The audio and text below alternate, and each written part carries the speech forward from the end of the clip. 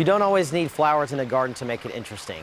We're here in the dead of winter in this beautiful maintained garden, and we're gonna walk around and look at some trees and shrubs that add color and interest throughout the year. I'm here today with Paul Olenek from Backyard Magicians, and we're gonna look at some really cool specimens in this garden today. What do we have here right here? This is a Picea abies Little Gem, and Little Gem is grafted onto a standard lollipop. Oh, cool. The nurseries will generally grow these as shrubs, and this was grafted to give it that effect of a tree form. So do you shear this, or does it keep that form? Just once a year, do a very light shearing to it, and it's good to go. It's going to keep that compact look. This tree, I would say, is over 20 years old. Wow, and it's that small. Correct. Yeah. So lots of really dwarf things in this garden. A lot of dwarf things, and again, the key thing I always like to stress for people to understand is that you see how it's built up? Right. Drainage is a key for all your spruces. Sure. It just helps to keep them happy. Yeah.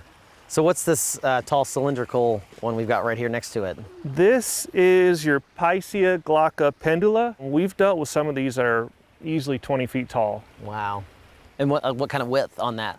You're gonna probably max out about 5 feet. Wow. So it's gonna grow similar to what an arborvitae would, but Yeah. just give you a whole lot more interest. So really tight. And is this is the same conditions of kind of good drainage, but even moisture? Mm-hmm. Now this drainage in this particular spot is not as good as that spot. Yeah, but out here on this clear day, I mean, you really see the structure of this plant, particularly the top. And look at the top, straight as an arrow. Yeah, it really is straight as an arrow. So we're here on a 4-acre garden, pretty open space with a lot of mature trees. Obviously, as you can hear, there's a nice stream running through that runs to another big river. That really helps in the setting of a lot of these trees also. So we've got a really interesting one right here. Mm-hmm. I see some crazy bark on this weeping tree. Tell me about this guy. This is Acer palmatum ryuzen. Ryuzen is your palmatum form of weeping Japanese maple, but this one in particular was grafted to what they call Arakawa bark, and that is that piney bark that you see right here. Wow. Yeah, I've never seen anything like that. Well, this tree's pretty dense with the foliage during the season, so it's really only in the wintertime that you can truly appreciate the bark on this type of a tree. Yeah, but having this heavy of a weeper elevated that high makes it really, really interesting too, because usually they're kind of low. Yes. And they just run on the ground. Yes. So what's this beautiful spruce tree we've got over here? That is your Picea orientalis aeropasata. That should be one of the spruces, if you want a tall, big spruce, that should be used here in Tennessee. Okay. Yeah, I know a lot of people have issues with spruce trees because of our heat and our humidity. Correct. So that's a little more tolerant of that down here? Yes, but still drainage is a key with them. This tree is very strong to our humidity. And I love it's arching out arms as opposed to kind of a dense tree, which we get most of our evergreens are real pretty dense. So it's really got a nice kind of open structure going there. We've got a really nice one here, right here out by the road with this blue color on it. Tell me about this tree. This is the traditional Montgomery blue spruce. Okay. Also, you could say globosa. I've talked to lots of people that say basically it's the same tree. This tree I got from a grower who is now in her 80s. Wow. And if I'm not mistaken, this tree's anywhere from 40 to 50 years of age. Wow. So it's a very, very slow grower. Very slow grower. This is what you could go to Home Depot and you get the plant this big and it'd be like 80 bucks. Yeah, if you can find it. Correct. The only thing I find with this tree as it ages, it tends to die off in the inside, and that's because it stops getting sunlight in there. Right, yeah. But to me, the more it ages, the more it intensifies its beauty. Yeah, it starts getting its own form. I see it's kind of got a cloud shape going on, which is really nice. We do shape it a little bit, but most of the pruning is deadwood pruning. Yeah, yeah. And I like how you have kind of shown the You have to. This will grow all the way to the ground. It'll skirt the ground, so we do take it off the ground. Also, it keeps any fungus or things you don't really want bug-wise to get up on the tree. Right. That's probably a big one with a lot of these evergreens is allowing air movement in there. Helps them not kind of rot from the inside out. So another super cool thing in a winter garden, of course, is the moss. Have you cultivated this moss in these areas? We just gathered it and then placed it where we thought it needed to be. Yeah. Anywhere where the water kind of drips that I knew would stay a little bit more wet, Right. we went ahead and planted it here. Sure. Yeah, and it helps too. I assume you've collected this from around the area, so it's already native to here. So a lot of the inoculates are hopefully in this soil already. And we've got a couple of different types Sure. that are growing together. Yeah, it's a really nice texture. But the whole idea is to give you some, almost like a green look, like grass. Sure. And I love moss. It's just kind of that Asian theme too. Me too. Yeah, it's beautiful. And now's when it's really kind of takes off and grows, and then it kind of goes dormant and almost disappears in the Correct. summer. Of course, you know, with moss comes ferns, which is another beautiful accent to these. And for the most part, evergreen. I think this one is an autumn fern. So this is also one of my super favorites for the winter, and a native too. Sweet flag right here, right? Yes. And it's in. I mean, it's obviously very happy in this wet spot too. It's an easy plant to divide and put in multiple places, but you see it's literally growing on a rock.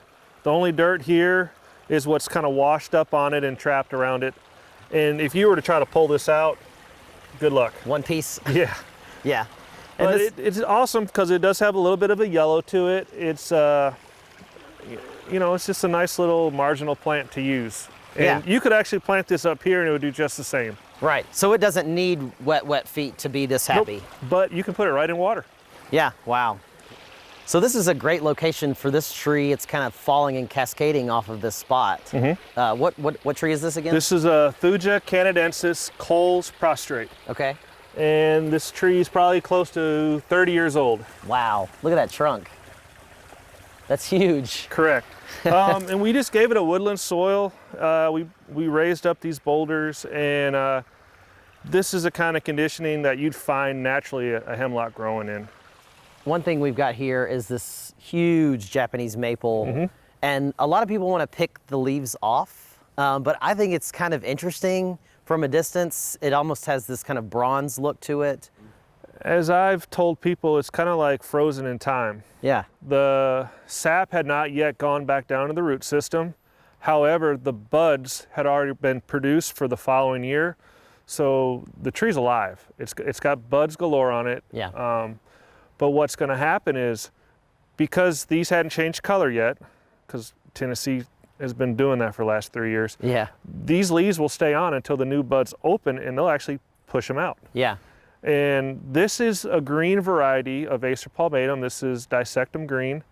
But what I think is awesome about this tree is the fact that it's serpentine in growth.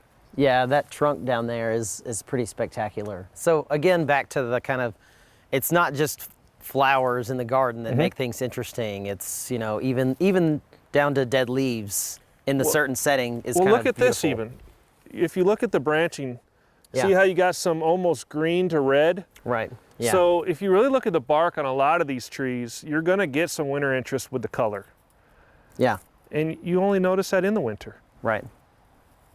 I prefer looking at Japanese maples in the winter because you can see all that wonderful structure, Right. all that base that Yeah. the tree presents itself. So this is one of my kind of favorite shrubs that people don't ever think about. That's an evergreen. That's a really neat shrub. Pieris here. We got Pieris japonica. Tell me a little bit about this. I think this is the mountain fire. Okay. Of course, it's not demonstrating the flowers, but when it does flower, the smell is really nice. Right. You definitely want this near your house so you can enjoy the smell. But it is a nice little evergreen. It prefers a little bit more acidity, kind of Right. like a rhododendron would. Sure. But it's a pretty maintenance-free plant when it boils down to it. Yeah. And so these are actually the flower buds that will swell up and turn pretty bright white in the spring. Because we've been so warm, it's probably slowed it up, but I would anticipate this opening sometime late February. Yeah. Oh, that early. Yeah, Wow. probably late February, early March, before everything starts to wake up. Yeah. And you said this is mountain fire variety? I believe so, yeah. Which is its new growth is a bright red. Yeah, so it's a really nice kind of unusual plant. This is a really big standout tree to me. You know, this almost like flying saucer shape we've got Yeah. here. This is an Acer palmatum, and it's called Kashima. And Kashima is really one of the tightest dwarfs that there is. I mean, what we're talking, maybe 3 feet of height here, Yeah. with a span of 10 feet around. It would be a lot more, but we literally keep pruning the outskirts of it to keep it off the ground. Yeah. And it gives it this, like you say, a flying saucer look. But what I really like about it is when you see underneath, Yeah. that structuring and that branching is just really what makes that tree what it looks like. The cool thing too is if you look here at the foliage that's left on here, tiny, tiny leaf Japanese maple.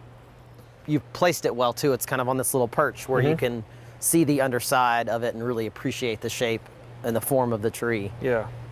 Tell me about some of the design principles that you started with to kind of accentuate everything we've got here. Your eyes need to be drawn to multiple things. For instance, the rocks. The other things we look at are the different trees. Shapes are important. Of course, during the season, the color is very important too. I'm really not trying to have everything the same height. I want things to be shorter, taller. So as you walk through a garden, your eyes will be drawn down to the shorter things. Behind it have your taller points of interest. Yeah.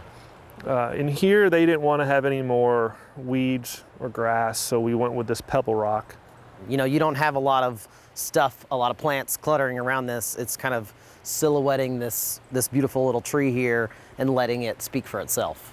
So I can tell this is definitely one of your passion pieces that you work on.